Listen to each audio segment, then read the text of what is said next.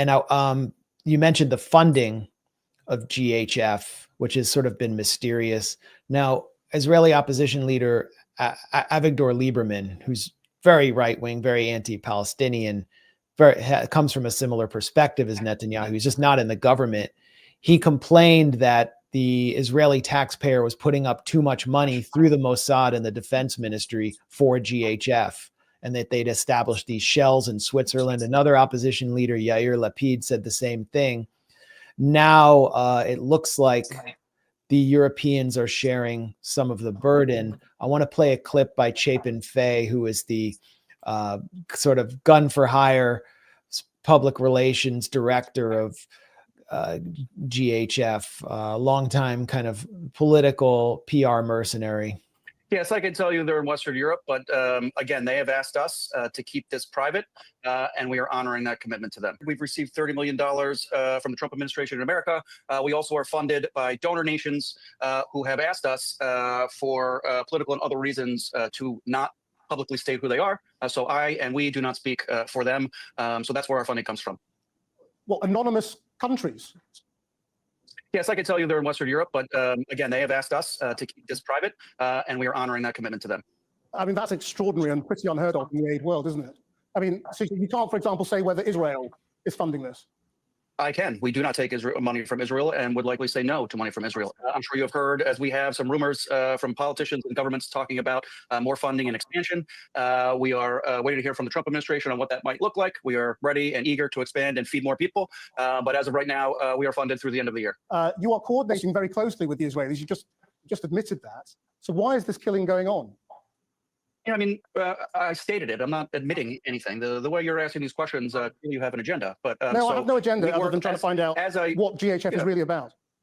Well, as I said, we work with the IDF to deconflict outside our sites, and of course, they're waging a war. So the UN also works with the IDF and is also approved by the government of Israel to be able to operate inside Gaza. So Chapin Fay refuses to say which European countries are funding him. I mean, they've been kicked out of Switzerland, as far as I know. Their license was eliminated there. That's true. Yeah. So do you know anything about the funding of GHF that the public doesn't know? And could Israel be using sort of shells in Western Europe? Like, what's going on here? I have no evidence or proof of that, but what I do know is that even the United States Congress, both sides of the aisle, Republican and Democrat alike, even the United States Congress can't get those answers from GHF. We gave them $30 million. USAID. So people think that USAID doesn't exist anymore. As an agency in operation, that is true. However, USAID oversight still exists for contracts that were put in place while USAID still existed. So USAID as a governing entity over these existing contracts does still exist. And one of those contracts is what was put through the US State Department through USAID to give GHF $30 million. And I know for a fact that the USAID is investigating this and being like, where did that money go? Why have you not done any of the accountability measures that you have for this money that you got from the American tax dollar? So it is absolutely corrupt. And any American that watches that interview that you just showed, if you don't finish that interview absolutely disgusted with the blatant lies that you're being told, that to me sounded like it could have been something that came out of North Korea. That to me sounded like something that could have come out of communist China. If that doesn't make your skin crawl, I don't know what does.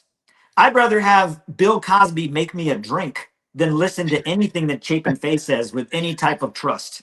That dude is shady.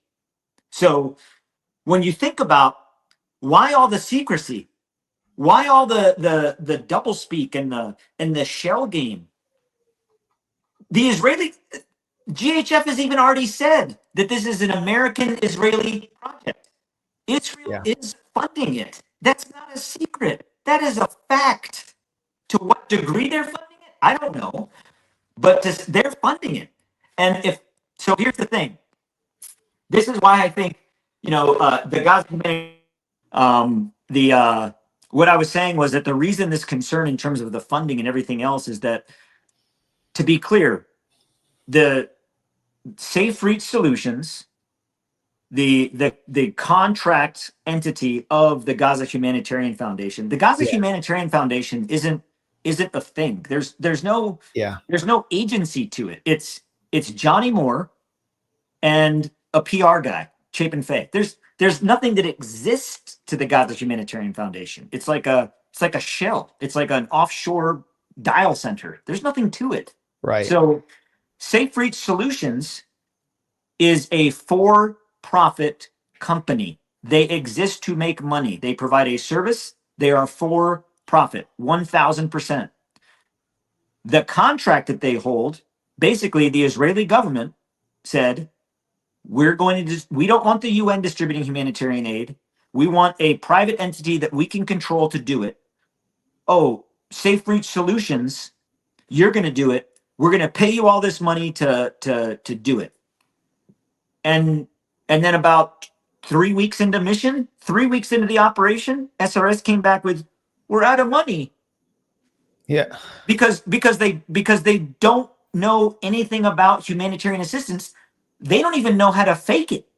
They don't even know what it would cost to fake humanitarian assistance. Oh, well, geez, you got to worry about trucks and gas and paying truck drivers, and things don't always go to plan, so you might have to pay overtime, and oh, you have to pay this many contractors for this much time. That they didn't plan for it properly. So within the first 3 weeks, 4 weeks maybe, within the first 30 days, they burned through the budget. So they had to go back to the Israeli government. I know, because I was present for these conversations.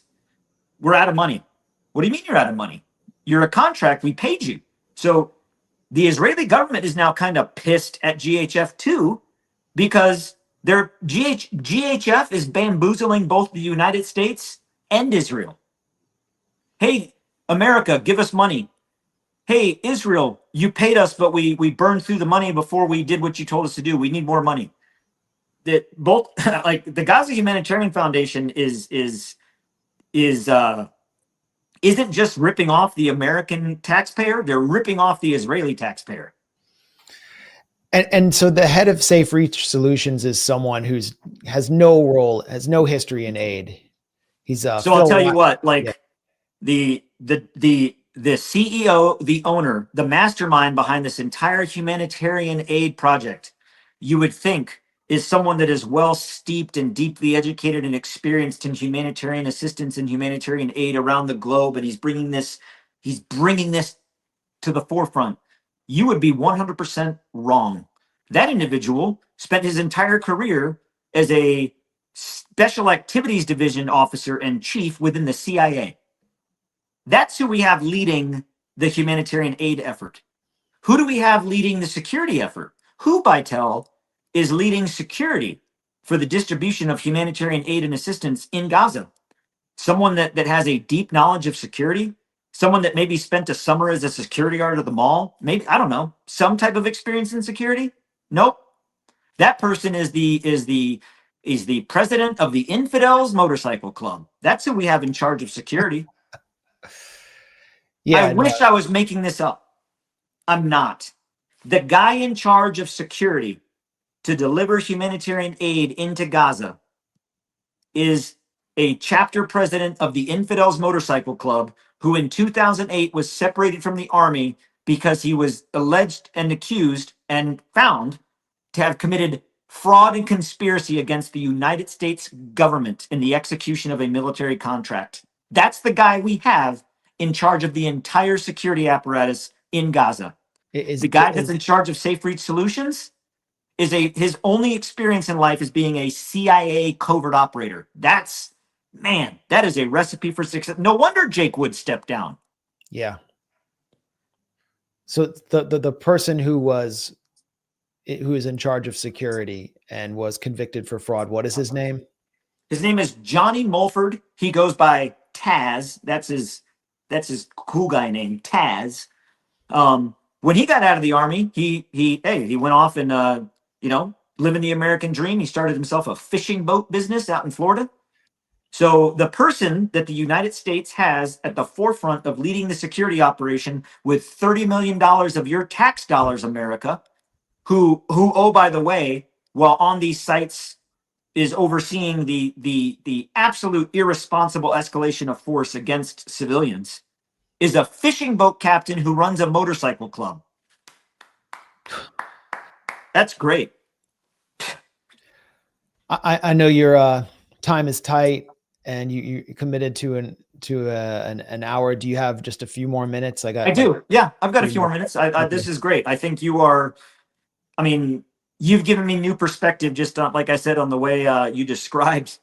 I've been searching for those words, and by God, it is that, and it should not only be concerning to Americans, it should scare Americans that the United States is being puppet mastered by a foreign government and just crept into being complicit in war crimes. That should scare an American.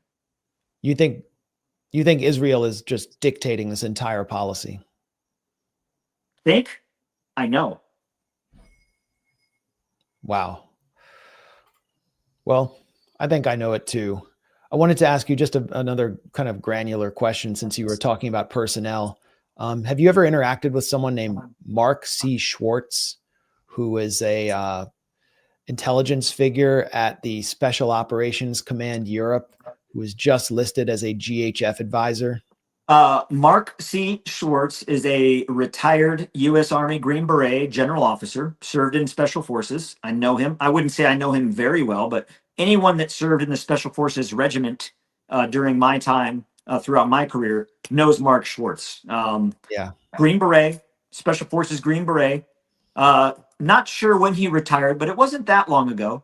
But when I saw that he is now on the advisory board for GHF, it absolutely shocked me. And I hope that they're paying Mark enough money to turn his back on the oath that he took as an officer. I hope the money's worth it, Mark. Why did it shock you that Mark C. Schwartz was involved? Because of everything, he's an Army officer. He's a Green Beret. He's sworn an oath to support and defend the Constitution of this nation. And the fact that he's in bed with the Gaza Humanitarian Foundation, to me, is despicable. Yeah.